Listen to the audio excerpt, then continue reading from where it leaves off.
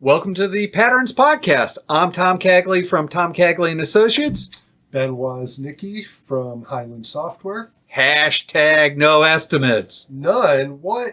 Yeah, this one's fighting words for some people. I don't know what you're talking about. So, Tom. well, tell us about what we're talking about. Well, so I think the problem is that we're trying to make software and we're trying to get estimates that really tell us exactly what we're going to have to spend to get the value. And that's kind of problematic. I have rarely to never seen things come out the way we expect them to when we go through these efforts.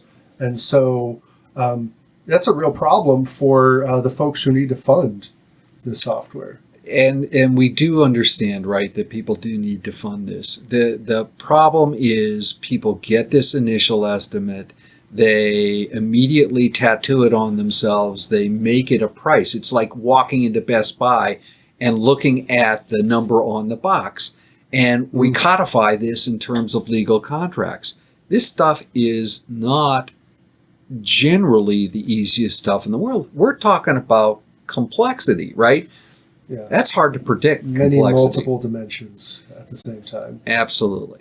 Now, again, what we're talking about is that since we can't make it absolutely firm fixed price, albeit you get all sorts of contracts that do that, what is a better approach? And that's where hashtag no estimates comes into the conversation. Yeah. So what does that look like? So, again, multiple schools of thought, right? Anywhere from you get a big pot of money at the beginning of the year and you draw from the pot of money like a capability, like we talked about in another podcast, hashtag no projects. But otherwise, it's high-level budgeting and then continuous backlog prioritization, drawing out of that and then understanding how that flow is going through. So this sounds a lot like funding a value stream. It is very much like funding a value stream. We are using the whole idea of continuous inspection and adaptation, but based on what we're delivering out of that value stream to determine how much more we want to spend and how much more we have available to spend. So let's take a look at what that flow of work looks like. So teams have new work. They break that down into some smaller chunks. And then our product owner prioritizes that backlog. What happens next, Tom?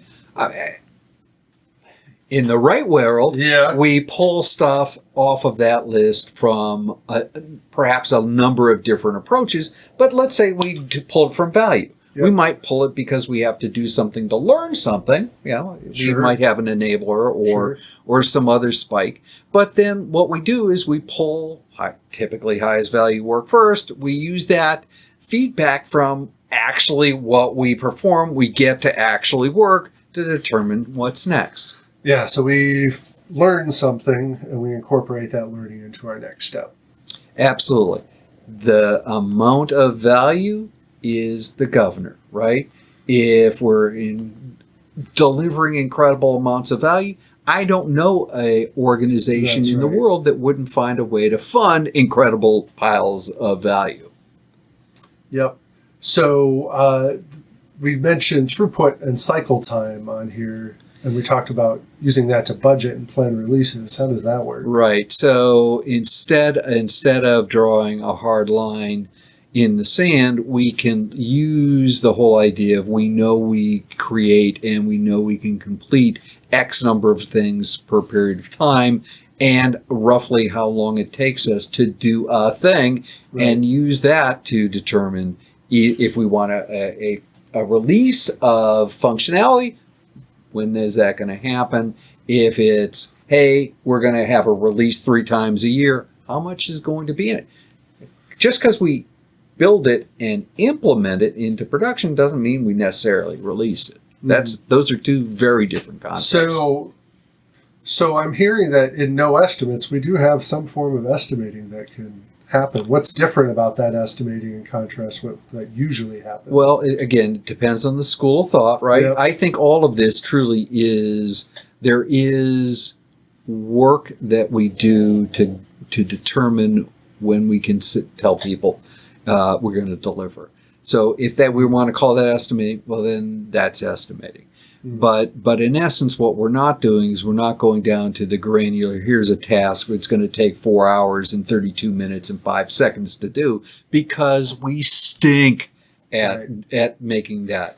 And that's a ton of overhead. Yeah, so I think there's two things. There's one is that whole, we're not estimating out the whole thing that we're trying to make. It's just that first thing or second. And two, we're basing that on yesterday's weather or statistics that say, here's how we have empirically delivered software in the past. This team, and that's, again, we get back to trying, even though we know teams are somewhat dynamic, right? That we don't want to have teams that are 100% dynamic so that they can become predictable. There you go. All right. So there's some history behind this. Oh, there's history around a lot of things. Again, this goes back in time. December 2012, Woody Zuhl, who many of you probably heard of, used his first time he wrote an article on or used the term #no estimates. Woody is fairly, here's the pot capacity kind of thing. Vasco Duarte talked about this in 2012. Those two can argue over who used it first. Vasco takes a little bit, I would think, more of a pragmatic corporate approach, where it's you budget at the high level and then you pull from that budget. Gotcha. Similarities, but two. That's the history. I think Woody's kind of interesting, though. From he tends to go maybe a little more to the extremes because he's heavily influential in mob programming, right? Mob, and that's other. Pretty edgy. I'm seeing it more and more. It more and more. So I think more it's than losing two its people edge. sitting at a computer. Yeah, absolutely. Again, what we're talking about is we talked early on when we first did the first podcast, is there are all sorts of different schools of thought. So therefore, branding this with it won't work here. I think what we want our listeners and the people who are viewing this to think about is that there are all sorts of interesting ideas to pull from this so that they can make it work or find something that'll make their lives in their organizations better. That's right. So some of those challenges, I think we talked a little bit already about stakeholders wanting to know when something will be done and ways that we can estimate that. The term is flow metrics if folks want to do a little more research. Absolutely. Throughput and cycle time. Yeah, those are the big ones. And then if the team's not able to break that work into smaller chunks, and that's tripping them up, what should they do about that? Yeah, it goes back to what we talked about when we talked about user stories. It's really using different splitting techniques, different splitting patterns as a mechanism to get work into chunks that are deliverable and can actually flow through your process. Yes. Now, I've run into scenarios where, they could break things down, but the product owner doesn't really, they're struggling with, what do I need to do first? And in that scenario, I think the big thing I've seen is we don't have the right people in the room. Got a little island product owner, all the expectations of the organization are on this guy or gal. But if they're an island, that's going to be a real problem. Yeah, I would think at some point we ought to talk about proxy product owners at that point. If they don't know what to prioritize first, then I think having a prioritization process and educating everybody about that process is another mechanism all those to break down that so that it isn't just if I say yes to this, I'm going to get yelled at by this person. If I say no, I'm going to get yelled at by another person. And it can't be just the squeaky wheel that gets the grease. Yes, they might get it the first time around, but you need some process and absolutely. Yeah. But there is that final hijacking where somebody just comes in and says, Thou shalt do this. Oh, man. So I think when I've seen that, you've got some imbalances in your organization. You've got some executive who has a much larger sway than the other executives. And I think that's something that will pop up in particular when you have kind of a bottom-up agile effort where the people, they're like, yep, this is interesting. We see some relief from some of our pain here, but it's kind of contained within that team or within that division, and you don't have that higher level air cover from the rest of the organization. Yeah, so I think you're absolutely right. You have to address that power imbalance. I think you also have to work on building trust. Right. Part of that is actually doing saying what you're going to do and doing what you say. Yeah, there's a big shift when folks go from I need to get it into this project or it'll never happen to we don't know exactly what all of the things are that we're going to need to do. We're going to start doing one. We're going to get feedback. You, Mr. Ms. Stakeholder, you're going to be in the room, part of that feedback. And so your voice will persist. It won't just immediately end once we pull the trigger. I think people are going to want to continue this conversation, Ben. So what are some of the ways that people can keep and engage in this conversation? That's right. So you can reach out to us in the YouTube comments.